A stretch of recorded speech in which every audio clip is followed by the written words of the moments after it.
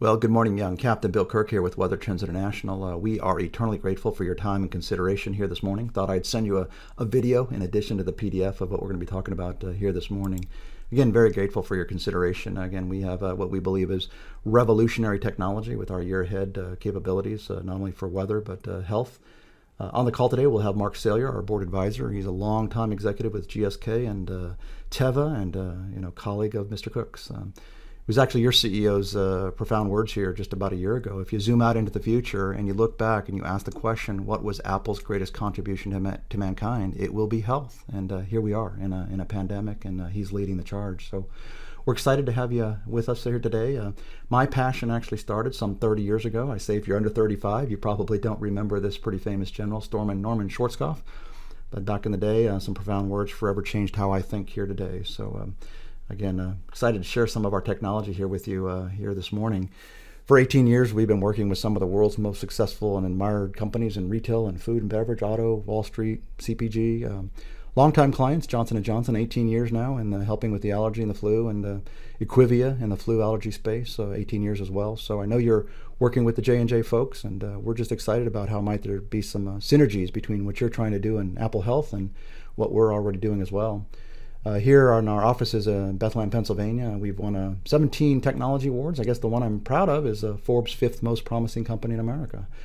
A lot of Silicon Valley folks won that year, but we were proud to win it here in the East.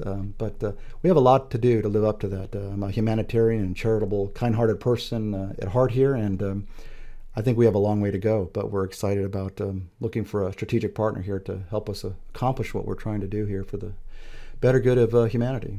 Our process is crazy math, statistical forecasting to predict year-ahead weather. We'll talk about that. It's a trillion times a billion calculations. It's a lot of math. We produce 471 trillion forecasts a day, 32 million locations every mile on Earth. The computer code's well over 10 million lines at this stage. We need lots of servers and computing power to do what we do, and we can actually predict sales in 30 seconds. Sales by store by week for thousands of seasonal categories that you and I buy every day, including flu and allergy. And we'll talk about some of those. And lots of climate cycles. And oh, by the way, our office looks pretty cool here with our Star Trek themed office. So we'd like to talk about here today is our exclusive strategic partnership with you and Apple. Obviously, weather and climate changes and pollution are obviously well-documented triggers for many diseases: asthma, COPD, flu, allergies, depression, even migraines, and many others. I probably don't need to remind you of these statistics, but asthma, 25 million people suffering in the U.S. alone, 10 million doctor visits, 2 million ER visits. Asthma is an $82 billion cost per healthcare, 10 people dying a day, and obviously African Americans are at super high risk. But air pollution, again, is even a bigger problem worldwide. 40% for heart disease, 40% for stroke, according to the World Health Organization. I know that's a kind of a passion of yours, working with Johnson & Johnson.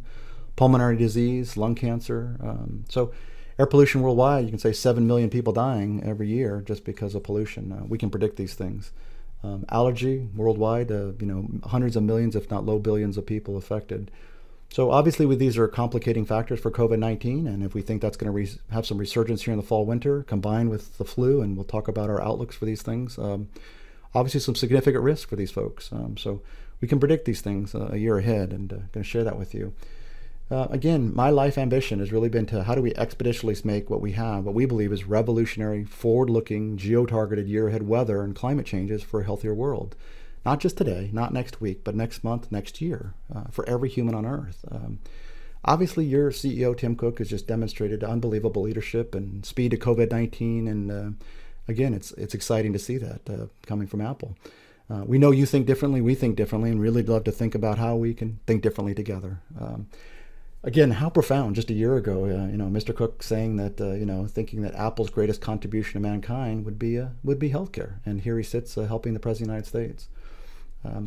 We know that Apple Watch is awesome. It's great for telling me today, but what about a year ahead? We think that's a better way, so advanced intelligence to help humanity. These are wonderful stories about how the Apple Watch has saved lives. And we think we can take that with your help to a whole new level.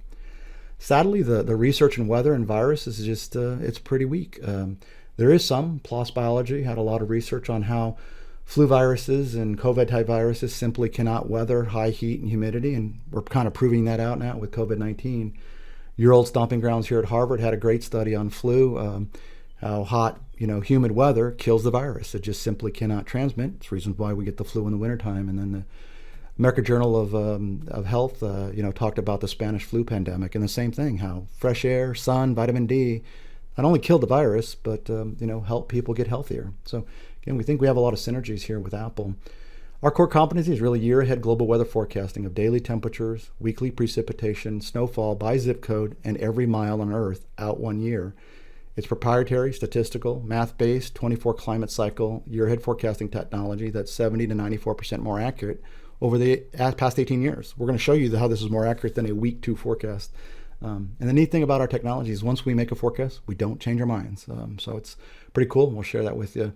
Short range forecasting, yeah, we do all that. 1 to 15 days, 48 weather metrics everywhere on Earth, API data feeds, you name it, any type of digital, data, machine learning technology, we have all that.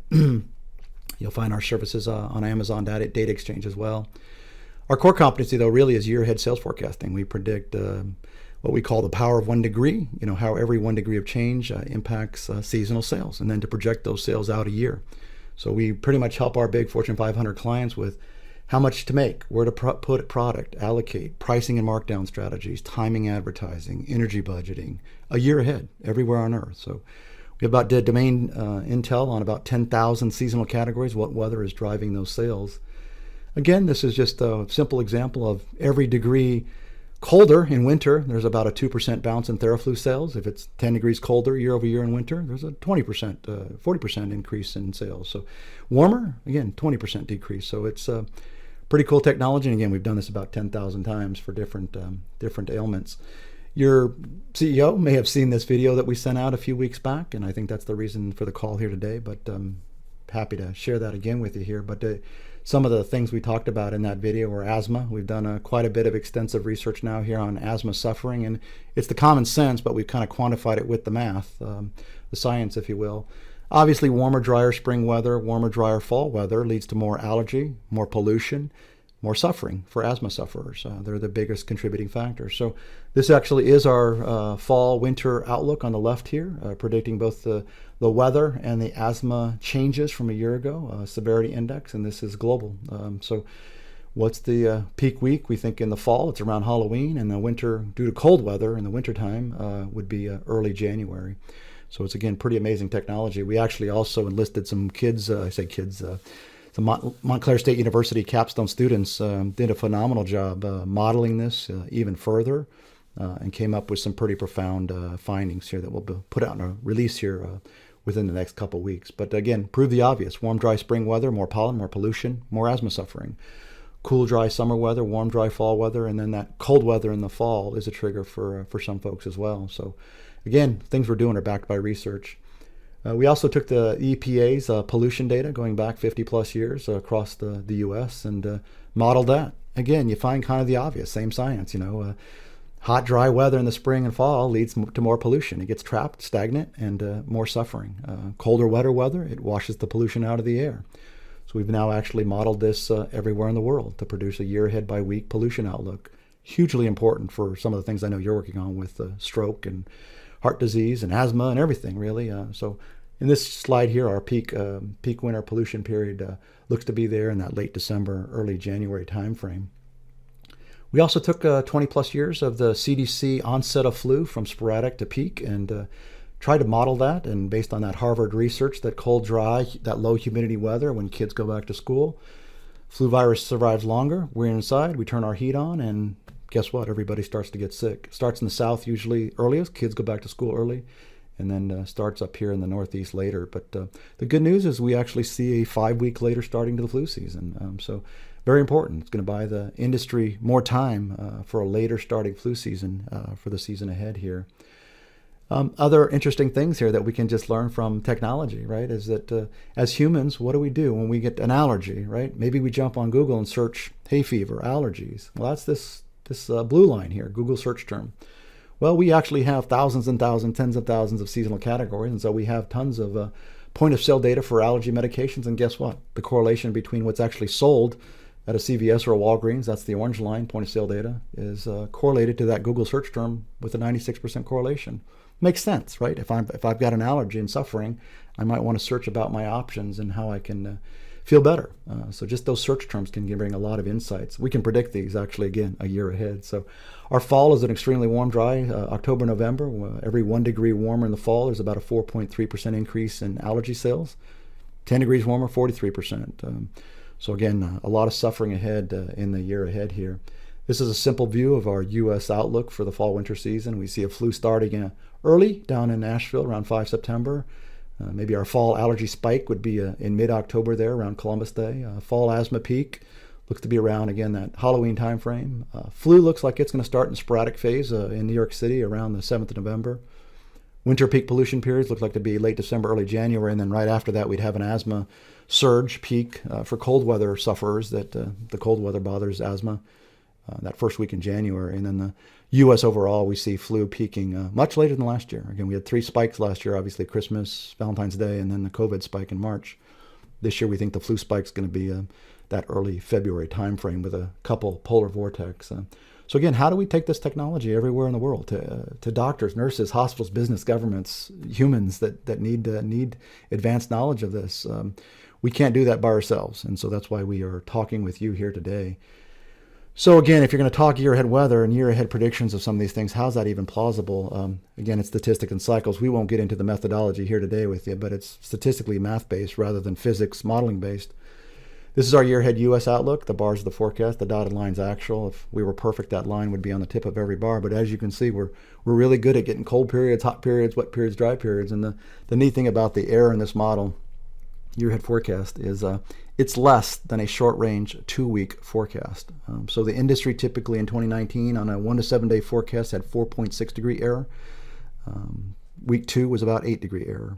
So again, we're very, very good at what we do a year ahead. Precip, same thing. Dry bars are peach, green bars wet. So we're good at capturing these dry period, cold periods, wet periods, and snowy periods, and those are what we try to correlate to predict outcomes. Right? These are the things that are predictable using our methodology of trillions and trillions and trillions of statistics to project the future. Not only the easy U.S. level, but let's take it all the way down to New York City, the epicenter of the COVID outbreak here in the U.S. This is our year ahead accuracy in New York for temp and precip. Again, root mean square error here on this forecast year ahead was 3.8 degrees, year ahead. Again, the 2019 industry audits of all the big firms, you name it, they're in the mix here. Average error, including us in short range, is 4.6 degrees. Week 2, 8 degrees. Again, we're 3.8 on a year ahead. So if you can trust a week 2 forecast, week to 1-2 forecast, then you can certainly trust what we have to say a year ahead.